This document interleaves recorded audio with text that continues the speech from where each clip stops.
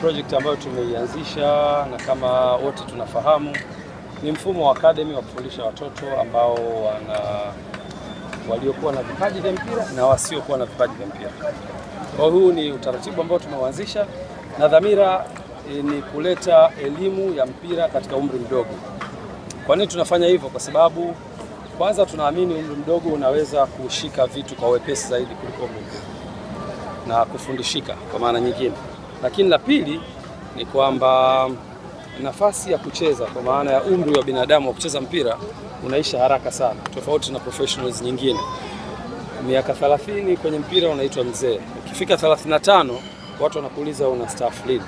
Kwa hiyo kupitia hapo tukaona ni muhimu tukaleta elimu ya mpira katika umri mdogo mapema zaidi, ili kutoa fursa kwa wale ambao Mwenyezi Mungu atakuwa amewabariki kipaji na wakaweza kujiendeleza kwa maana ya kujifunza, basi watumikie hii tasnia kwa muda mrefu. Kwa hiyo tumeanzisha under 11 ambayo itachukua na miaka 10, 9, 8, 7. Kutakuwa kuna under 13 ambayo itakuwa na miaka 12, 11. Kutakuwa kuna under 15 ambayo ina miaka 14, 13. Na wote tunafahamu Young Africans ina under 17 tayari ambayo inashiriki kwenye mashindano, na kuna under 20 ambayo pia inashiriki kwenye mashindano. Kwa hiyo tutakuwa tumekava ili daraja la kutoka mtoto mdogo ambaye anakuja kwa ajili ya kujifurahisha mpaka kufika professional, kwa maana akifika miaka 20 tunaamini kabisa career yake itakuwa imeshampa picha na kama anaweza kuendelea na mpira au akaacha. Kwa hiyo tumeleta hii taaluma mapema, na taaluma hii inajengwa katika misingi ya curriculum sahihi. Tulimleta technical director kama mnakumbuka, Paul Matthew kutoka South Africa, na task ambayo nilimpia ni kuandaa mfumo wa namna hii ambao umeletwa kwangu na kwa Excom. Tumeupitia, tumeutazama na kubadilisha kwenye yale maeneo ambayo tunaona yanaendana na mazingira yetu, na kuja sasa na mfumo ambao umekamilika. Kwa hiyo hiki ni kituo cha kwanza ambacho tunakianzisha hapa maeneo ya Upanga, lakini dhamira yetu ni kusambaa katika viunga vya Dar es Salaam, lakini baadaye pia kwenda mpaka mikoani na kuikava Tanzania yetu. Nchi yetu ina watu zaidi ya milioni 61. Tunasema youth ni idadi kubwa ya zaidi ya 50-60, na hawa watoto ni asilimia nyingi zaidi, na hawa watoto wanahitaji kupata elimu hii ili waweze kufanya maamuzi sahihi, aidha kuendelea na mpira au kuendelea na mambo mengine related to football, bila kuisahau tasnia ya kwetu yenyewe ya mpira. Kwa hiyo tumeanza kituo hiki, thamani yake nafikiri imetangazwa. Mtoto atakayetumikia center hii atalipa shilingi 400,000 kwa mwezi, lakini kutakuwa kuna initial payment kwa ajili ya kupata vifaa. Kama mmeona hapa watoto wote, kuna watoto wamevaa green, utaiona full, kuna watoto wamevaa jezi za njano kwa ukamilifu wake, kuna watoto wamevaa jezi nyeusi. Kwa hiyo mtoto mmoja atapata seti zote 3, na seti hizo zitamfanya aendelee kufanya mazoezi kwenye timu na kufanya training na kucheza pia mechi za kirafiki. President, naimalizia hapo kwenye swala la bei. Ukiishia hapo tumeshaanza kufanya registration ya wazazi, na vituo vitakuwa zaidi ya hiki. Kwa hiyo kuna baadhi ya vituo vitakuwa na bei ya chini zaidi.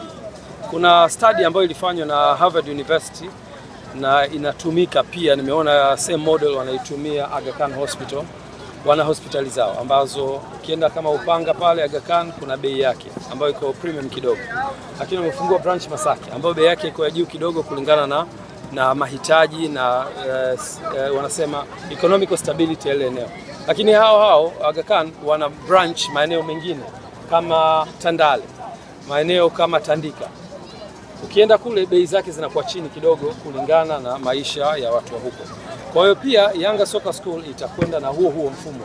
Kuna baadhi ya maeneo bei zetu zitakuwa chini kidogo kwa ajili ya kukidhi mahitaji ya wahusika ambao tunawahudumia na kutazama zaidi economical scale yao. Na maeneo ya juu bei yao itakuwa juu. Na watu mnajua Upanga kidogo maisha yake sio ya chini wala sio ya chini sana. Kwa hiyo ni watu kwanza middle class na kwenda juu. Kwa hiyo hapa ndio maana bei hiyo kwa hivyo. Na tunataka pia watu wapate huduma sahihi, kuleta walimu wazuri, infrastructure nzuri kama hizi, lakini pia vifaa ambavyo mnaviona hapa. Watoto wakija, kila mtoto atakuwa na mipira yake. Sharing itakuwa hakuna unless watakuwa wanafanya drills za pamoja. Usimamizi mzuri, mtoto wako akija atakuwa salama, hataweza kuchukuliwa na mtu mwingine. Tumeandaa utaratibu mzuri. Kwa hiyo kuna supporting staff kubwa kwa ajili ya hii miradi. Ndio maana pia tumeweka gharama ili kukidhi gharama za uendeshaji wa hivi.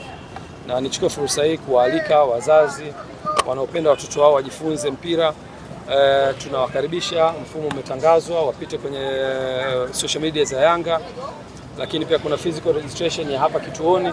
Ukija hapa unaweza kusajiliwa, ukalipa ada, mtoto wako akapewa vifaa, immediately anaanza.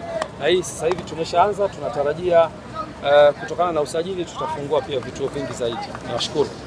President, unaona hii sio mara ya kwanza kuwa na Pitso. Labda kwa nini Pitso ndo anakuwa anahusika sana katika mambo yenu na katika kwa nini Pitso msimani? Umeuliza swali zuri, na Pitso ni sisi tunamwita, na yeye anaitwa hivyo, the son of Africa. Ni kwanza mmoja katika makocha bora tuliowahi kuwashuhudia wanaotoka Afrika na wakaihudumia Afrika.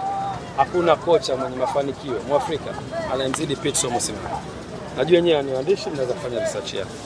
Ana CAF Champions League 3 katika mikono yake, si ndivyo?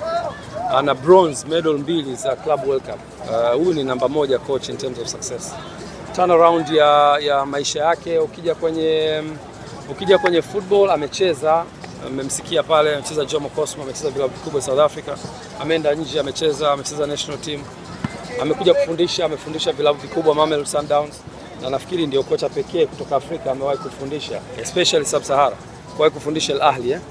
Sidhani kama kuna kocha mwingine kutoka ukanda wetu huu wa Afrika ambao ni weusi amewahi kufundisha club namba 1 barani Afrika. Kwa hiyo kwanza ni mtu mwenye profile ya juu sana, hilo ni la kwanza. La pili, Pitso ameniinspire kufungua hichi kitu kupitia Young Africans miaka 3 iliyopita. Baada ya kuona anaelekea mwishoni, sasa anataka kupumzika, akaniambia project yake inayofuata ni soccer school, kuhakikisha anapeleka knowledge kwa watoto wadogo kwa ajili ya kujifunza mpira mapema. Miaka 3 iliyopita nilipomwalika, akaanzisha Pitso Soccer School. This is exactly what Young Africans is doing now. Pitso ameweza kudevelop huu mfumo kwa miaka 3, umeshaanza kufanya kazi. Sasa hivi ana mikataba na shule South Africa ambazo anazifundisha, inaitwa Pitso Soccer School. Zaidi ya shule 180 plus or minus South Africa, akiwa anatoa huduma kwa zaidi ya watoto 12,000. Na huwezi kuamini, ukiachilia tu hiyo kwenye kufundisha wachezaji, tumeshaanza kuona wachezaji wanasajiliwa. Kuna mtoto amesajiliwa Mamelodi Sundowns akiwa na miaka 13, anatoka kwenye Pitso Soccer School. Lakini pia hiyo South Africa amedevelop, ana zaidi ya makocha 90 sasa hivi wanaofundisha youth football. Juzi tumeona record in South Africa, mmoja katika makocha wake hao amesajiliwa na klabu inaitwa Sekhukhune. Wote mnaifahamu, inashiriki ligi kuu ya South Africa. Kocha huyu anatoka kwenye mfumo huu wa Pitso. Kwa hiyo ukitazama ni mtu ambaye ameshapiga hatua kwenye huu mradi ambao Young Africans inaofanya, na ni special person sisi kushirikiana naye kwa muktadha huo. Na nafikiri nitakuwa nimejibu swali lako beyond borders, kwa nini Pitso. Ni mtu ambaye ametuzidi kwenye kila eneo, na kwenye upande wa experience na planning ya mradi ambao Young Africans inaofanya. Na sisi kama Afrika tunahitaji tutoe fursa kwa wenzetu wa Afrika ambao wamefanya vizuri kwenye haya maeneo, tuwape platform pia, tangazike ndani ya nchi ya Tanzania na nje ya mipaka, lakini pia na sisi tujifunze kutoka kwao. Labda la mwisho, President, unajua asilimia kubwa watoto huwa wanatoka katika manyumbani